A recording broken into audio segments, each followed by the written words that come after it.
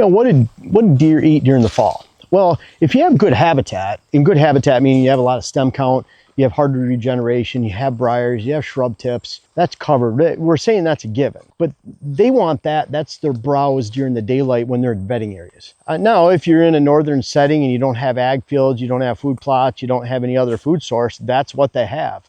But when you get down in here into the ag fields, right now, they're feeding on alfalfa, soybeans, and that's ag-rich areas. That's what they're feeding on primarily.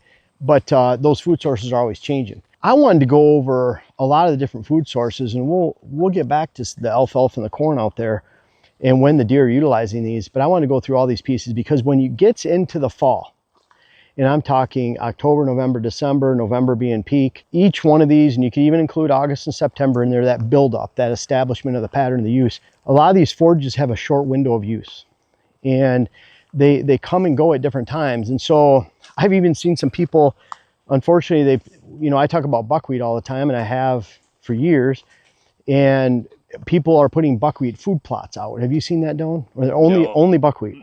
And so they're saying buckwheat's great, and I'll see that on a Facebook page. And a lot of you might not know, I look at Facebook pages, certain ones that I'll go through because there's so much bad information out there that it leads to good video ideas. For example, that buckwheat question, someone said, I'm planting buckwheat for the fall for deer season, and when should the deer start using it? And people throw all these answers on there. They have the weed crowd where just let it go to weeds and it'll be fine. Deer will like it. So it really brings up, what deer actually want during the hunting season. And what I find, there's only about 15, 18, 20 plants that they really want during the hunting season. The browse that they have, that's a lowest hole in the bucket type thing. When they're back in their bedding areas, they don't want to come out to these open food sources, food plots, ag fields, field edges, fields. I had a spot in the UP of Michigan, which is just a giant field. And because there's hardly any openings, it was down a dirt road, a seasonal road. You could go back there and shine deer at night because they didn't have any other open areas. To me, it was a way for them to get out of the bugs. And then during the fall, they're getting out social. Bucks are looking for does, but there's a grass component out there, even though it's low value. It's different than what they have in the woods. They want something different than briars, woody shrub tips. That's just a given. That's what they have. In fact, they live on that in the woods from October, November, December, January, February, March, all the way to April. And so acorns are really limited. Acorns almost like a food plot crop. It's very limited. You can't build a deer herd on just acorns alone, like open cover and oaks. Not good.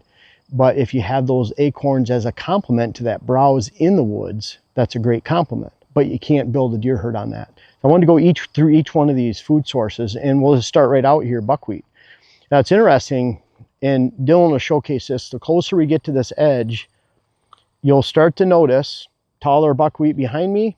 The closer we get to this edge, shorter buckwheat. And look at an area like this that's starting to get browsed. Why? Because we're at the start of this food plot, and they're hitting pretty hard this little 2% of the food plot because the deer are bedding right out there. We've actually seen Junior come from this area. We're probably spooking them right now. I really don't care because we're more than a month away from the season. But you start looking at these, and buckwheat is interesting because deer love buckwheat when it's young. When it's young. This is planted July 2nd. It's now August 4th. They're hitting these nice tender tips up here. You'll see, they'll just eat it right down. And that's why you come into this area and a lot of this buckwheat is just mowed down. It's not mowed down over there because there's such a volume of food here. They don't have to just mow this all down. They're heading on the way to alfalfa right there. So this is just a pass through right now. We're trying to establish those great fall crops. Buckwheat is great for about the first 6 to 8 weeks. We have it in our fall blend that we plant August 1st. This year we planted July 22nd because we saw rain in the forecast. We expect that buckwheat to draw and attract close to the end of September. That's perfect because the season starts middle of September. We start to establish a pattern of use, and that's that buckwheat offering. I'm going to skip around on these based on what we're here for. I want to go to beans and soybeans. You see all these soybeans that are in the mix right here.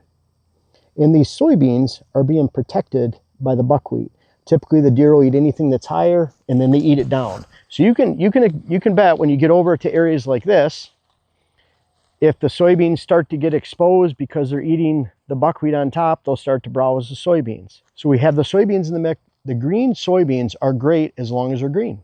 So as soon as they start to turn brown, and even before you start to see the signs of them turning brown, the nutritional value and attraction is drastically dropping. They've done studies from first month, second month, third month, middle of the fourth month on that soybean and on the protein levels that are cut in more than half as they age. And that just has to do with palatability, attractiveness, nutrients within the plant. But right now, when they're only a little bit over a month old, they're highly attractive. So we want this cover crop on top of them. The cool thing is the deer will continue eating that buckwheat. It exposes the soybeans to more sunlight. We have a small percentage of buckwheat in the mix compared to everything else. And so those beans start getting exposed. And by then we have our fall crop coming in that was planted on July 22nd. This was again planted July 2nd. And so those soybeans have a different window of use. They'll eat them early season while they're green. And they start to turn brown. Ours will turn brown sometime mid to end of October. So they'll really enjoy those. Will be the only green beans around here because we planted them in July, not June. And then they'll sit, and if they have a pod and a bean during cold weather, they'll slam them in December. Now corn, if we have corn, that's that other one we'll look at out there. But that corn is different because corn is utilized sometime during the wintertime, and that really varies depending on how cold it is. Deer love corn. But what you find is if you can brush hog it down, they'll eat it extremely fast. It's illegal to do that around here. If you run it over, they'll eat it second fastest, which is illegal to do around here. And if you leave it standing, I've seen cornfields rotting in the spring because the deer didn't need to take it or eat it, or they left and they went somewhere else. Because if you only have a cornfield, that's why we have all this diversity, you don't establish a pattern of use early in the food plot, and then the deer are gone by the time that you expect them to eat. Globe brassicas, for example, that's a late one. Kale. Well, if you're waiting for them to eat that in December because it's a December food source, beans too, but you don't have anything early accompanying it, planted alongside it or planting next to it in another field, then why would you expect them to step over to those late forages? So soybeans are great early. They're not so great when they're there all summer and they're getting pounded by does and fawns. So we wait till July 2nd after fawning time. We want to protect them with a cover crop so they're not getting hit. We really don't want them eating these green beans ideally until sometime in September. That'd be the perfect window when all the other beans are starting to turn brown in the area. That'd be great timing, but we want those bean pods there for December and later because deer are coming to the plot. We want to offer something really hard for them in December, and that's what that bean is. Peas. We have peas in the mix here, and you can see they're hitting the peas. Peas are pretty attractive all the way in through November as long as they're green and they're there.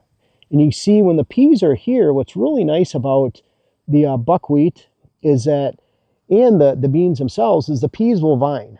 And so just like plants on a trellis, the more they vine, the more they grow, they get exposed to sunlight, increases volume. So a little bit of peas goes a long ways because they're climbing on the other supporting plants around them.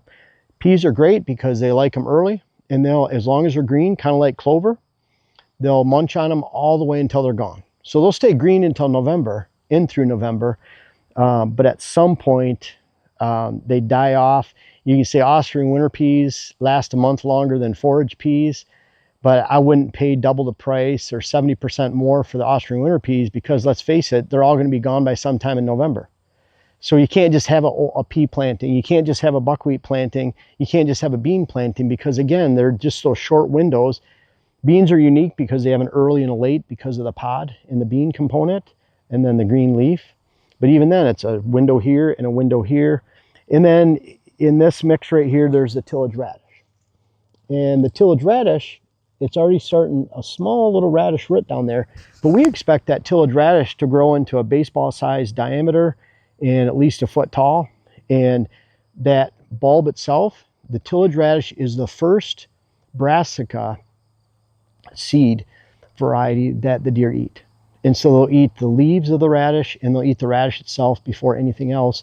We expect that window to be used sometime late September, early October. That's when they'll start munching on that until it's gone. And the radish is also the first that rots. So it turns white, the leaves turn white sometime by December. And if you only have radishes in the mix, that's a bad thing too in your brassica mix because it's going to be gone. So that's what's in this right here. And those are some of those forage and use states. And then we're going to skip back over to here. And again, you can see a lot of the big leaves that you see in this planting. This is a fall blend or fall power green. But in this, you can see the buckwheat here. Again, this buckwheat was planted July 2nd. That buckwheat over there is a cover crop for the beans. Was planted July. This was planted July 22nd, sorry. That cover crop over there for the beans, buckwheat, was planted July 2nd. That window of use should run in through middle to end of August. This should run into towards the end of September, middle of September, somewhere around there. And that's where we use it in this blend. So that's in this blend. We also have tillage radish in here. I want to point out something that'll be a little bit different, and that is the annual clover. So you see the annual clover coming up, and that's just since July 2nd. Now we have clover in other portions of the property that are part of our perennial blend. Those clover components planted the same day would probably be a 1/4 inch tall right now, maybe a 1/2 inch at the most. Instead of, this is already starting getting multiple leaves on it. And you can see from dirt level, it's probably pushing 2 inches. And it's already leafing out multiple stems. So a lot different with an annual clover. It's faster growing, gets giant leaves. We expect about 10 to 12 inches of growth. And as long as this is present, kind of like the peas, they'll munch on it. So if it stays green and it's there all the way through November, high attraction. So I expect this to be gone in October. This blend right here has peas in it through November, has a tillage radish in it. That's that early component. This is more of an early offering to mid-season. And then we flip over to here to Brassica. Brassica is unique in that different types of variety of Brassica offer different types of windows of use. I already discussed the tillage radish. That's part of the Brassica family. But then you get into the globes and the forage varieties. So you get into purple top turnip and get into various forage rapes and forage turnips. You can see those a little bit different. Right here you can see the leaves. And you get into our the tillage radish comes up first. They eat it first too. And so here is a tillage radish. See how much faster it grows than some of the forage varieties of Brassica. So tillage radish they eat first. But when you get into the forage rapes and forage turnips, those are important to have in the mix because they love forage, referring to lots of green. So they'll really hit those middle of the season. That's targeting that October, November timeframe, but especially November, even into early December. They love that. And then what we have in a mix like this, we have globes. So that's the other component of Brassica, and there's a fourth too. But the globe varieties, like purple top and green globe, we expect those to be more of a mid-December, late December, early December, depending how cold it is, because it takes a lot of energy to eat that actual globe. They'll dig through the snow, and because of the volume, it's worth it. So if you have a lot of snow and cold, they might chisel down a foot through snow to hit those. But look at all those again. If you just have purple top turnip and green globe, and it's a globe mix, then why are they here in the first place? They're not here in August, they're not here in September, they're not here in October, not here in November. You're expecting to plant a December food, but there's nothing to establish a pattern of use. And so that's why we plant all this diversity in our Brassica mix as early, mid, late, no different than our planting in general. We have something in this small area, 1.25 acres, for everything. Very important to know the differences with those. And then there's kale. And so kale's a lot different too, because kale is used after and less attractive than the globes. And so that's an even later one. What's really cool about using a higher percentage of globes in kale, perfect for big woods settings. So that's where we offer a big woods Brassica blend, because we have less attractive, higher volume Brassica varieties in that mix that are more appropriate for big wood settings that do not have the complement of ag and other food sources. So the deer hammer those in that area. So if you use something a little bit lower on attraction but higher volume, then you can potentially bring more food into the heart of the season because the deer leave it alone for a little longer and it produces more volume like kale. So in our big wood mix, we have kale in. So let's go look at some of these other varieties we have out here. And one thing we do, you know, and we're not going to have any growing out here right now, but on the fall power greens over there, we have annual rye. And so that annual rye, we add about 150 pounds per acre sometime in early to mid-September, and that extends that window of use during warm-up. They love the tender young rye. That's perfect timing for going into the beginning of the season, and then they love it in the spring. It wakes up before clover, wakes up before alfalfa, so that rye is a huge component. But again, short window of use in through September and October, and then another window in the spring. That's the most missed time in the food plot woods. And there's a lot of other forages to talk about, so let's get going. But I hope that makes sense. You know, you don't want to ever put all your eggs in one basket. You want a lot of diversity so that the deer have something to munch on starting sometime in August all the way through, if your food lasts, all the way through the end of the winter time. So let's go look at a couple of them. Well, and this is our clover blend out here. And the clover and perennial blend we use even within that blend. I mean, we're talking blends, diversity, and trying to illustrate the window of use here. But even here we have low growing clovers, mid height clovers, and tall clovers, because they'll each inhabit a different portion of the clover field. And without one, you're missing that level of volume. And that comes into even alfalfa. We have alfalfa that stands above all of that, so that we're getting 4 layers, and then the chicory comes up between it all. So it's a great complement. Chicory doesn't fight with any of that, requires different nutrients. So the clover, though, the window of use for that is they'll use it all summer long, which is kind of like the beans. I don't necessarily want giant fields of clover where the deer are hitting it all summer long. I want them somewhere else. They're not putting the pressure on our habitat here, and then I want them to shift over during the fall. That's okay, but it's not okay right now. And so for that, if they're there all summer long, you establish doe and fawn repeatability, repeat fawning area, fawning ground use, and it just builds it. So we use clover in our small hunting plots, and we expect this clover to last because we were just at that giant diverse field over there that's over an acre. We have all that diversity there. The deer pass through here to go to there. They pass through this to go to bedding in the morning, and then vice versa, back and forth. And so this is just a pass-through plot. We have a hidden redneck blind over here, and we're using this as a small, intimate little hunting plot. And because we have the complement of ag out there, big diverse food plot over there, then this clover stays pretty green and usable all the way through November. Now, if this was the only food plot we had, it'd be down to the dirt by early October. And the deer would just hammer it and it'd be gone. So you have to think about what you have complemented next to it as far as the window of use and timing. That greatly affects it. Kind of like soybeans, you expect to have a soybean that's going to attract in December to January. But if we only had soybean plots out here and they're hammered with does and fawns all summer, we might not have any soybeans making it past October. Now we have big enough food plots, we might, but if we only had 5 acres of food plots out here like the previous owner, the beans were down, because they only planted beans, they're down to the dirt by October 1st, and they offered nothing for the deer herd. So to experience the full window of use, you have to have either the size of the food plots, diversity, or both, so that deer have choices, so they're not just sitting there hammering this.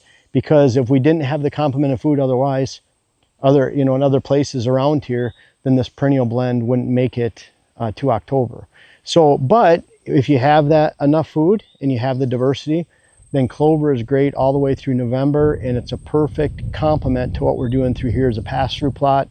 Because once it gets into December and muzzleloader season, then we're traditionally hunting afternoon spots in big food sources, or we're hunting really remote bedding areas in the morning like we would during the rut, because it's a second rut. So we don't really hunt on this food plot much in December. And so we really, the timing of this entire area, the redneck blind, the use of this, how we hunt it, is determined by the window of this forage right here. Because once this food source is gone, why are they coming here to hit it? So we get a lot of bucks right here. Junior was just here. We had the camera right there on that tree. Junior was just right out here. And it's interesting, I can't imagine those hornets wouldn't bother the deer. That's a good question. Because there's a pile of hornets over there. And Dylan said, I don't know, he said something like, hey, bud, watch out. And I looked up. I was expecting rattlesnake, but it was a really big ground hornet's nest, and those are the worst. So we both exited different directions and met back at the side-by-side here, and We'll be mowing this clover field soon for the last time for the year, and it's going to be with the brush hog with an enclosed cab, not our riding lawnmower. So let's go to a couple of these food sources up here and we'll finish this off. But I hope you're understanding this timing issue with these different forages, when they're used, when they're not, and the purposes for having that diversity on your property too. You can see the corn in the background. We have corn everywhere, and that corn is utilized, that ag corn, sometime in November, but they're usually picking this. They're either chopping or picking by the end of October. And a lot of times in the past, they've been chisel plowing, putting manure down, then chisel plowing before the fall. And I think they're starting to get away from that, the best I can tell, because of the erosion concerns. So what a lot of farms in the area are doing is they're having a herbicide treatment instead in the fall, so that they can run into the spring. A lot of times they're planting a cover crop. And so that avoids, out here, they could be, 3 days of chisel plowing that they don't have to do in the fall, or a week, whatever amount of time it takes them. So I think a lot of farmers are starting to migrate that. But bottom line is that corn, once it's picked and it's on the ground, there's a few kernels here and there, and they'll browse on it here and there, depending on the spillage, like if they're chopping or cutting. Then they leave a little bit more corn kernel out there that the deer can feed on. But again, if they're disking it in, then there's no food there. So the corn is a pretty short window of use, traditional ag. Really short window, not unlike some of the food plot offerings we've talked about, purple top turnips, kale. There's a window of use, even the peas, even the annual clover that runs out in November sometimes. So they have longer windows of use, and you can establish a full use on a food plot from beginning to end. But corn, very short. And when we have it on our own property, since we can't brush hog it, run it down, and there's areas, Iowa, I believe Iowa's legal, but Ohio, Kentucky, anywhere you can brush hog corn where baiting's legal, you brush hog that corn down, that deer just suck to it.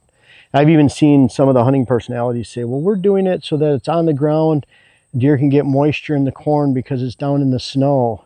No, they're doing it to find sheds, or they're doing it because they have a hunting opportunity and they have their blind tucked back in the corn. And once you mow it down, it's an immediate draw for 2 weeks, depending on the size of the cutting that you do. And you could have a blind tucked back in the corn. That's the way, if you see that, that's what happens a lot. And running it over is pretty fast too, but that's a different, animal, because we can't utilize that. The alfalfa, you get out into here. Now, the alfalfa growth around here is outstanding. I would estimate that they cut this within a week, and you can see how much it's already grown back, and it might have been a few days. But this alfalfa is really cool because out in the ag lands, the deer love it, especially when it's fresh and cut. They'll hit this all summer long. It provides their food, and it's everywhere around here. So it doesn't pile deer in one section of a property or not. They're more scattered. What you find is when deer have space, they take it. So if they don't have to all come into one food plot, 2 acres of alfalfa all summer long, they don't want to. They want to stretch out over these miles of field edge around here, and they can live and separate. And you don't see piles of deer typically in one spot unless it's a back corner where people can't see them. That's a different story. But the alfalfa, though, it gets frosted out, stemmy, quick around here. So sometime by the end of October, it's the utilization window goes from when they cut it, say they get that last cutting end of August, and then they're going to let it get about 10 inches, 12 inches around here and take that into the fall. That window of use right there is really high. But as you get into October and that alfalfa is aging, it's becoming more unpalatable, more stemmy, the nutrients are dropping, and then the frost just knocks it out. So we see that window of utilization of alfalfa go into September, early October, and then November. It drops off considerably to the point where in February, when we did a flyover to analyze all of our food plots and offerings around here, there were no feeding circles in the alfalfa, the hundreds of acres around here that surround our property. And then on our 18 acres of food plots, we counted over 500 or 600 feeding circles.